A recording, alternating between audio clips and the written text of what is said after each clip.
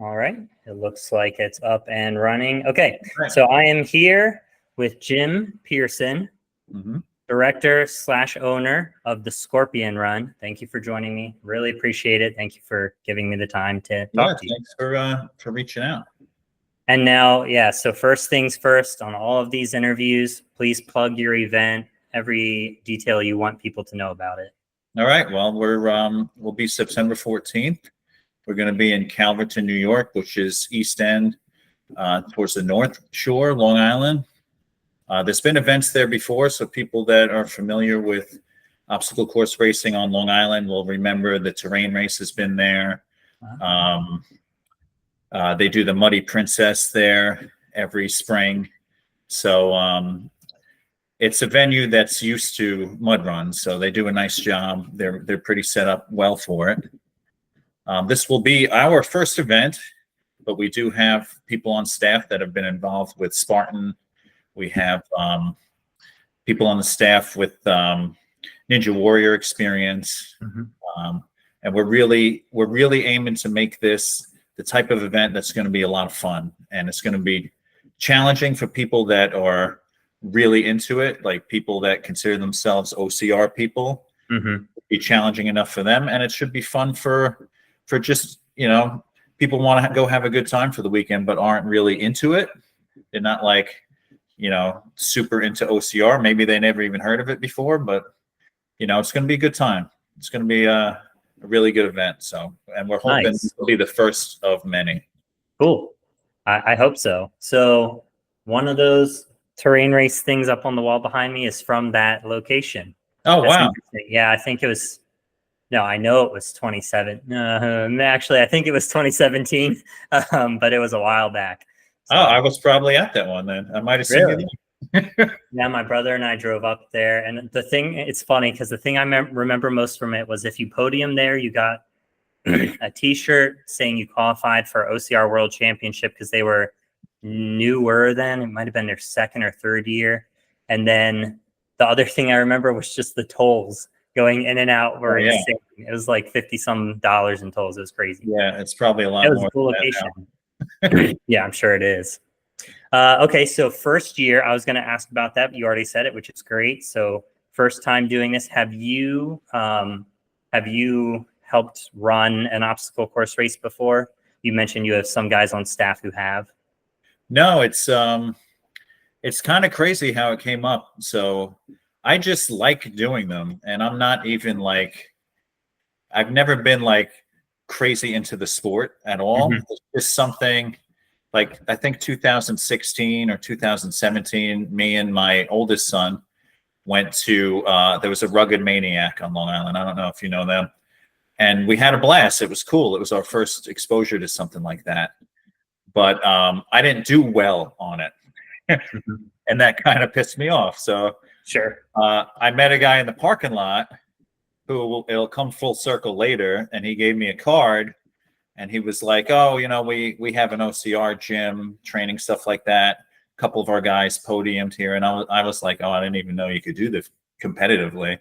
And he had a gym. It was kind of far from my home, but we went and checked it out. Cool stuff, kind of like a Spartan setup gym. It's called Obstacle Athletics. It's on Long Island. Pretty popular with guys that are in the sport. Never really got too serious about it. The event came up the next year. We did it again. The next year we did it again. We always were looking forward to it. The terrain race came up. We did that one. I have 3 sons. We had a good time doing them. Then COVID, everything stopped. Yes, it did. So kind of got out of it. Didn't really give it much thought. Nothing was really going on. So fast forward a couple of years ago, COVID's ending. My youngest son was looking for a new sport to try. A Ninja Warrior gym opened up about 20 minutes from us. We went and checked it out. He thought it'd be cool. I said, I'm going to be driving him anyway. Maybe I'll try it out. Sure. And we were hooked on it. And we got really into, doing the Ninja Warrior stuff at a place called Smithtown Ninja Academy. They do a great job. Shout out to them. We've been training there for a couple of years. And we've been starting to look for races to do again, thinking, COVID's over, people are out, let's start doing more of these. And none of them come to Long Island anymore. None of Really? them. All the Really? big names, Tough Mudder used to come. They stopped since COVID. The terrain race came. They stopped. Rugged Maniac used to come every year. The venue they were using, they turned into a solar farm, and Oh, then they stopped coming, and now they've since gone out of business. So the last one we did was we found an event on Staten Island. This was last summer. So we're like, finally, one that's not a 3-mile drive. So we went to it. I'm not going to name it, but we went to it. And the whole time I'm running it with my son, I'm saying to myself, I could do this so much better. I could make this so much more fun. And, it was an 1.5-hour drive for us. It took us 3.5 hours to get home because oof. that's Long Island traffic. Yeah. It sucks. If you live on Long Island and you want to go to one of these things, you're talking about tolls, bridges, tunnels. You're spending the whole day in the car. And after you go to a mud run, you know what it's like. You're soaked. You're tired. Yeah. You want to get home. You don't want to sit in a car for 3 or 4 hours. No. That's Nope. for sure. So I said to my son, I think I could do this. And he said, well, then why don't we? So I love it. I'm in construction. That's what I do. I own a construction company. I said, let's make some phone calls. Let's start kicking some tires around and see what we can figure out. And it kind of snowballed into what we got now. So Cool. yeah. All right, then. Well, here's the next most important question. Where did you get the name? Oh, well, see, this is something that that I wish I had a cool origin story about. But honestly, we were making lists of names for weeks, and me and my 3 sons and my wife just decided that this was the coolest sounding one. I like the sound of it. Yeah, and Cool. my youngest son is an artist as well as Ninja Warrior stuff, and he drew the logos, and we thought it all looked really cool, and we're like, yeah, let's run with it. So I wish there was a cool story about it, but there isn't. I think the vast majority of races just choose a cool name. Like Spartan Race, it's just a cool name. Savage, just a cool name. Yeah, I guess so. And a lot of the small ones, some of them are named based on like the community they're in or a historical figure in that area. But yeah, there's nothing wrong with a cool name. Yeah, I figured it sounds cool. It looks cool. Why not? Yeah. All right. So can you talk a little bit about the race itself, what you're expecting to have it set up like? So distance of the race, how many obstacles are you expecting to have? What types of obstacles and things like that? Yeah. So we're keeping it with the 5K seems to be the go-to size for these things. The thing that has kind of annoyed me at races that I've done is when they say they have 25 obstacles, but 10 of them are like jump over this stick, step over this rock, and that's one. So I like the obstacles. That's why I go to these things. I'm not competitive about it. I have never competed in an obstacle course race, but I like to go for the obstacles. So we want this to be very obstacle heavy and cool stuff, not just, like jump through 2 tires and we call that something and that counts. I want to do a lot of really like challenging obstacles, but also for each obstacle to kind of have like a shortcut or an easier way to do it. So we're kind of envisioning having almost like a 2-lane road on most of the obstacles, where one side is very challenging and the other side would be a little easier, so that everybody can feel like they can complete them. Sure. Well, we're hoping we have on our list about 30 obstacles that we're hoping to do. We don't have the final layout done yet. It's still there's a lot of moving parts right now still. But we're about 10 weeks away now, and we're starting to really fine tune and collect all the materials we need, because I'm still building the stuff. Yeah, absolutely. So what obstacle are you planning on having that you're most excited about? If you can talk about, because sometimes people have secret obstacles they don't want to reveal, and that's fine if you do. Honestly, the one that I'm most looking forward to is probably the one that I haven't thought of yet. Okay, cool. We've been playing with some stuff, actually. Let me see if I could take my computer for a walk for a second. I have a test rig over my pool. No, nice. Let me take you for a walk here. Okay. So we set this up before the 4th of July. It still has some decorations on it. Let me see if I can get it. Nice. Okay. Ropes So and that's like type handles. Nice. And we are got some those rock ropes. climbing grips on the ropes outside? we're playing with. We got some monkey bars up there. We got some rings. Nice. So we were just testing some structural members and trying to put some stuff together. But this is the type of stuff we're going to be rolling with. Cool. I'm a carpenter, so I work with wood, so it's going to be made out. Nice. So I got all the way until you were walking back in the door from outside. Yeah, sorry, I don't know. My computer just bugged out. No worries at all. It's still recording. I'll just chop that little dead space out. Not a big deal. All right. So like I said, I don't know where I cut off, but you were saying how you're a carpenter, so you're going to build the stuff yourself. Yeah. So similar to that rig that I just showed you, we're going to have similar rigs to that with varying obstacle type things on them. There'll be cool monkey bar stuff. There'll be rope ones. There'll be rings. Typical stuff that you'd see at these things. And then similar to the poster behind me, and anyone who's been to Obstacle Wonderland and knows the kind of stuff that Gabe has up there, he has a lot of similar like wood frame with assorted things on it. Like behind me, there's these balance, like big seesaw obstacles. We're going to be doing those and a lot of stuff like that. So, and along with some mud stuff, I'm planning on building a warped wall. We've done a few trials of it. We're working out the kinks, but we're getting there. And it's going to be cool. I think I have yet to do a warped wall at an event. I've done some in like different gyms, but I don't think I've ever been to an event that had one yet. So that would be cool. All right, cool. Yeah, well, hope to see you at ours. Well, I probably won't be there because my wife and I have a baby due in like a month here. Oh, so boy. I'm going to be off racing for a little bit, but it's all right. Oh, congratulations. Thank you. I'll try and make it next year. Luke and I are coming up with a list of local races that we've never done, and we're going to try and hit different areas of the country next year. And so we're just going to figure out the logistics next year and make a list and hit them. So hopefully yours will be one of them. We'll do our best. Okay, next question.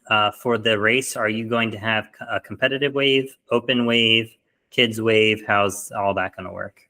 We're not doing competitive this time around. And we talked about doing a kids one, but just the logistics of it just seemed too much for our first race. So we're doing 15-minute wave times, starting 9 a.m. The last one's at 3. And it's just 12 and older. We put an age on it just to kind of keep a mature setting. Sure. And, less liability to think about with insurance and stuff like that. So, yeah. No, that makes sense. We hope the next event, we hope after this event, we get a lot of interest, and then next event we'll consider definitely doing a kids event and also doing some competitive stuff. Yeah. I know the kids events, at a lot of races, I don't think they're like very big. I don't think a lot of kids attend them, but what it does do is bring more adults out who either couldn't find someone to watch their kids or want to bring their kids along. So it's a cool little duality where the kids get to do something fun and the parents get to actually make it. Yeah, definitely. It's definitely a good idea. It just, this time around, it just didn't make sense. Yeah, makes sense. Especially the first race. Better to just execute well on one thing or category and then expand when that goes well. So Yeah, it's a lot. It's a lot to think about. So, I like I said, imagine, not being from this world or ever running something like this before, I didn't know what I even know what I was getting myself into. It just seemed like a good idea. You know, I went to the same camp that I've been to races at before. I talked to the people there about doing it, so that was helpful to team up with them. And then I actually got. I was competing in two different ninja leagues last year, and one of them, coincidentally, was having an event, and it was the obstacle athletics gym that I told you about previously that I had gone to years before. And I got an email from them saying, you know, we have the event coming up, and we're looking for sponsors. So I said, oh, well, what a great way to get the Scorpion Run name out there. So I sent an email right away. I'd love to sponsor one of the obstacles. You know, I'm starting a new obstacle course race on Long Island, and I'd love to be involved. And I'm actually competing at that event anyway, so I'm going to be there anyway. So within 5 minutes, I get a call from the owner who I had met a few times. His name's Kevin LaPlatney. He's a big obstacle course guy. I don't know if you know him. And he goes, let me just make sure I know who I'm talking to. This is Jim. You've been there a while. You compete here. You've been to a couple competitions here. I said, yeah. He goes, tell me about this race you're doing, because this is kind of my thing and I want to be involved. nice. So we started chatting. He has a history of he worked for Spartan for a while. I don't know exactly all his credentials, but he's been involved in obstacle course racing for a very long time. He has a wall that looks a lot like yours. Yeah. Oh, I imagine. And you know, he runs a gym that might be similar to yours as well. So he got involved, and he's been great. We took him on as a consultant, and he's been instrumental in getting us to this point. He's with getting the website where it needed to be, and he's helping us with the social media stuff. He introduced me to Gabe, Obstacle Wonderland. That connection's been great. So he's been really instrumental. He wanted to be on tonight, but he had a conflict. But it's all right. But teaming up with him has really helped grow this thing too. Plus, he's very much an OCR person, a competitive guy. He does like the overnight Tough Mudders and the Spartan where you have to like climb to the moon and like kill somebody or whatever you guys do. So he's all about it, and I'm really thankful for him to be helping us out. He's going to help us make sure that this thing is, you know, he's coming from a perspective of like somebody who does this for a living, and he's going to make sure that this thing is awesome. So he's not going to let me slack on any of these obstacles for sure. That's awesome. It's great to have someone with that extensive background helping out, especially the first year as you're learning the whole thing yourself. Oh yeah. That's really cool. It's been great. Nice. All right. Next question. Photos. Do you plan on having photographers on course? And if so, will the photos be free for people to download after?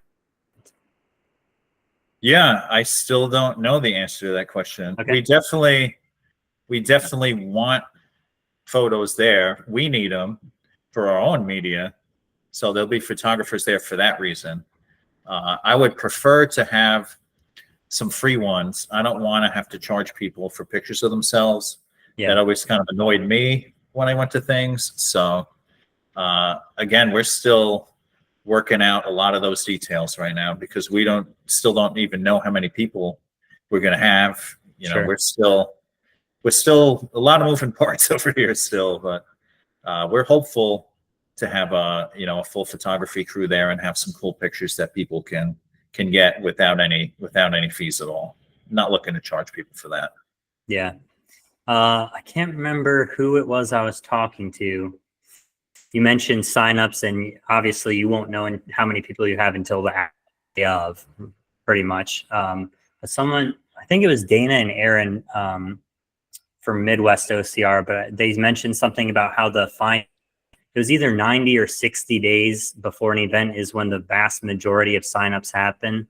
Like it gets close to time frame, and then people are like, that thing. But then they also missed out on the early bird pricing. So, you know. Yeah. So hopefully your signups are good right now, but hopefully as you get closer, you'll start to see even more come in too. Yeah, I hope so. It's honestly, it's been fewer than I had hoped for at this point. Okay. And I hope it's just because, I mean, I know for myself, I never sign up for anything until like 2 weeks before. Yep. There you go. Because I want to, who knows, something comes up. You know, my regular work schedule is crazy. You know, if you want to see what the weather is, I know people want to wait that long. We have been doing early bird to try to entice people.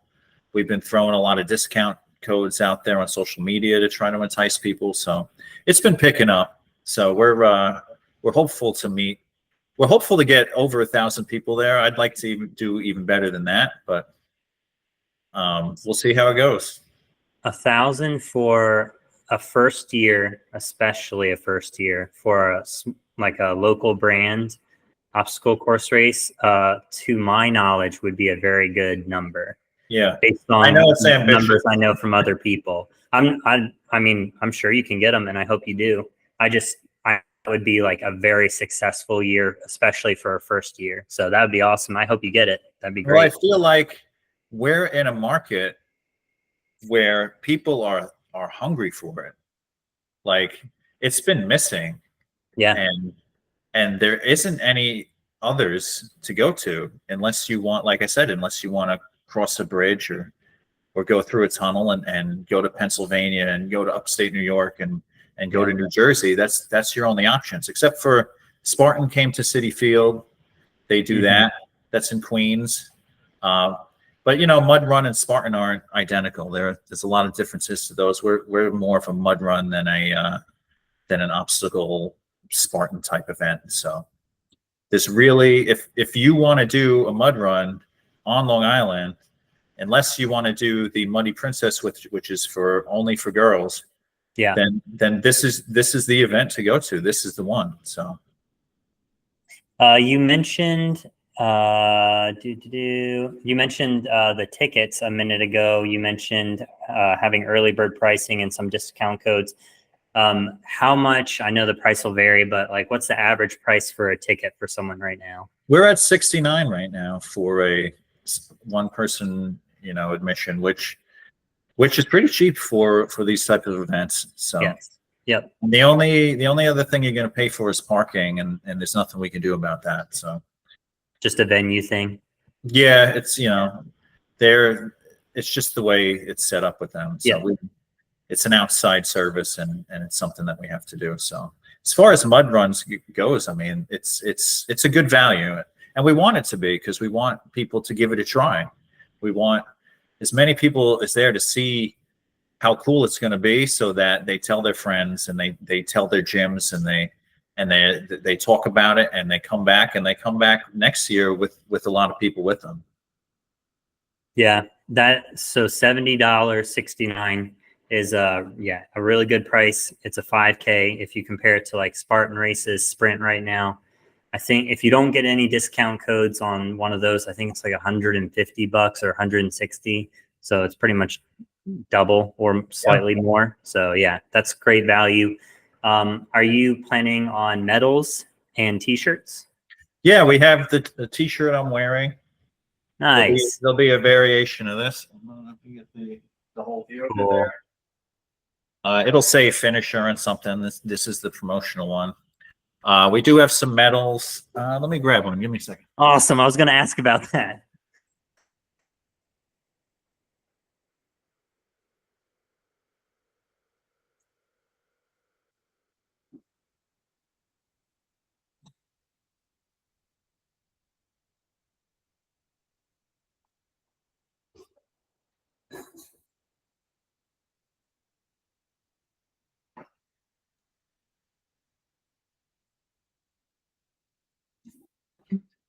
Hey, yeah, so that's the medal. Nice. It's kind of cool. It's got some weight to it. It's pretty typical mud run type stuff, but it's cool. Looks good. It looked good on your wall back there. Yes, it would. I like having variety. Yeah, It's like, I see it. oh my gosh, I'm not a Pokemon person, but it's like Pokemon, you got to catch them all, Right, yeah. I'm trying to hit every race I possibly can. When by the end of like, I don't know, maybe 10 years from now, I've got almost all of them, but it'll take a while.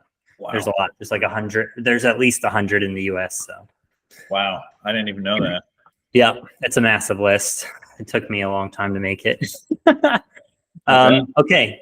So I told you before we started recording that I just found out about the race a month and a half ago, something like that, from a post someone shared in some OCR group on Facebook.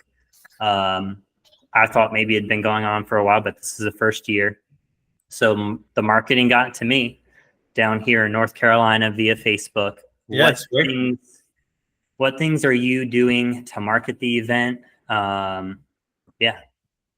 Well, the company I got to help me build the website had a marketing package that they sold with it. It does social media ads and like Google banner stuff. I'm like an internet moron, so I don't really understand it all. I know I give them money, and they're supposed to tell people about me. So Okay. and then That works. Kevin, like I mentioned, that's helping us out is handling like the Facebook and Instagram pages, and he's been putting up discount codes and making like little ads on that too. Nice. And then we've been going to local events, like running events, and handing out flyers and wearing the shirts. And I have some road signs I've been putting up, outside of some of these events, outside of the parking lots when they don't give me a hard time about it. And I wear the shirt when I went and I ran Tough Mudder. I wore the shirt, talked to people there. Cool. I went to Spartan. I wore the shirt. Trying to meet as many people as I can, and hopefully talking to you will be some marketing for me as well. Yeah, I hope some people see this and sign up. That would be awesome. That's part of the goal of these things. Yeah, definitely like being part of growing the sport. I mean, from my time at the Ninja Gym we've been going to, it's a few years ago there wasn't even a Ninja Gym on Long Island. Now there's a few.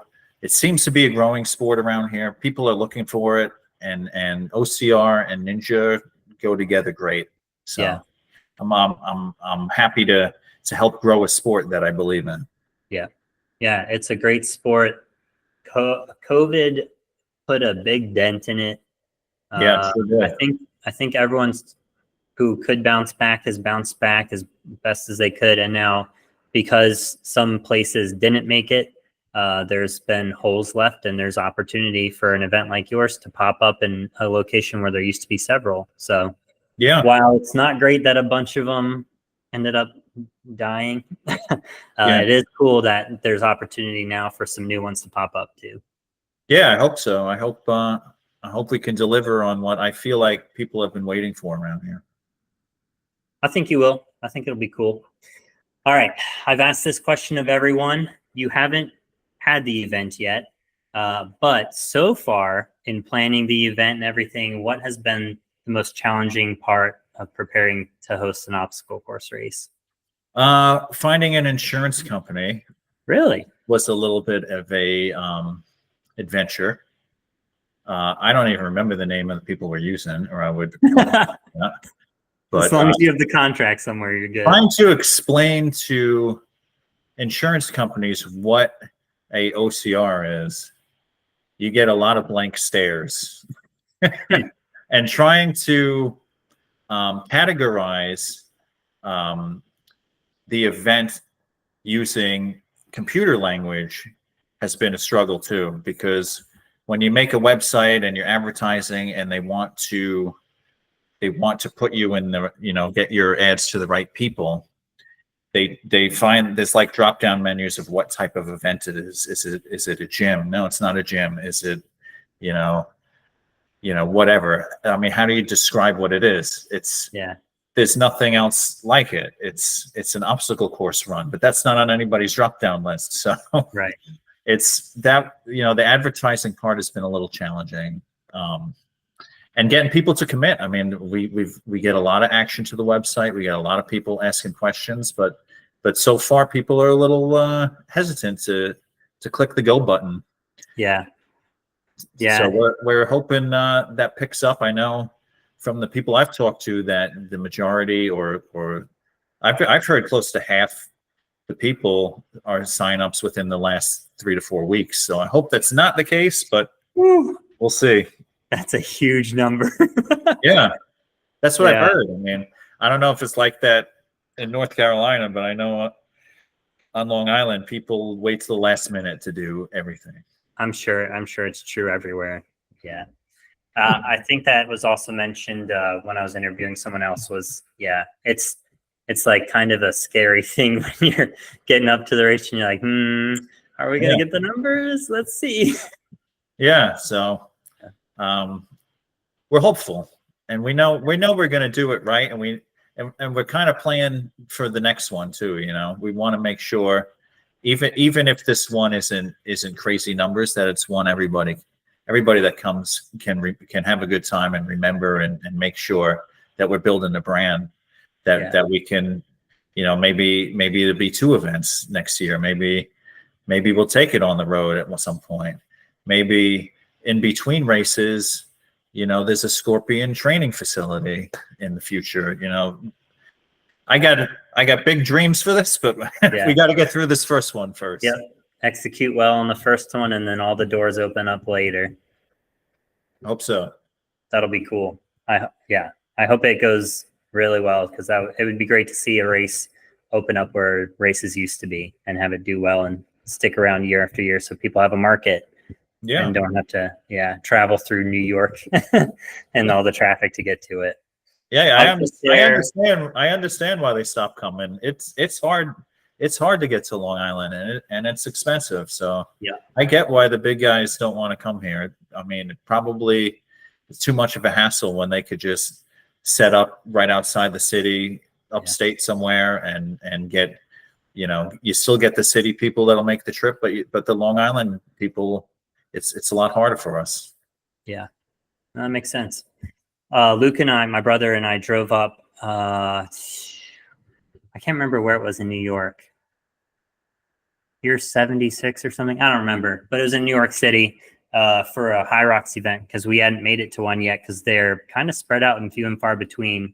But yeah, we drove up from here into there, and thankfully the traffic wasn't too bad in the city, but sometimes it can, be terrible. So yeah, it's nice. It's nice if you can have something there for the people there. Yeah, definitely. All right. We have covered just about every aspect of the race. I like being thorough. Are there any parts of it or anything that we haven't talked about that you want people to know about your event? Oh, that's a tough one. I mean, since our event is still kind of taking shape, I don't have one thing I can point at. I just, you know, to anyone who's watching this and thinking about it, you know, I guarantee you're going to have a good day. You're going to have fun. It's going to be something that you don't regret. You're not going to want to miss it. If you're on Long Island and you've been waiting for obstacle course racing to come back, it's here, and it's real, and it's going to be cool. You might want to get into advertising. That was the best plug I've ever heard. If you were waiting for it to come back, it's here. That was great. I just came up with it. Awesome. Well, I really appreciate your time. I don't want to take any more of it. I really hope you get the signups. If you get to 1,000, that would be absolutely awesome. That would be, I think, in my book anyway. I don't know what the finances are like for it, and it's not my business either. But I think that would be a huge success numbers wise. So I hope you get there. And we'll obviously we'll be posting this on YouTube. We'll share it in an article as well. Hopefully that gives a little more I appreciate visibility to it. Sure. Cool. Thank you very much. I really appreciate it, like I said. And I'm actually looking forward to seeing the photos and stuff from after the event, because that'll be cool to see what actually panned out from it all. Yeah, let's keep in touch for sure. Cool. Sounds good. All right. I'll talk to you later, Jim. All right, Joel. Thanks a lot. Yep. Bye.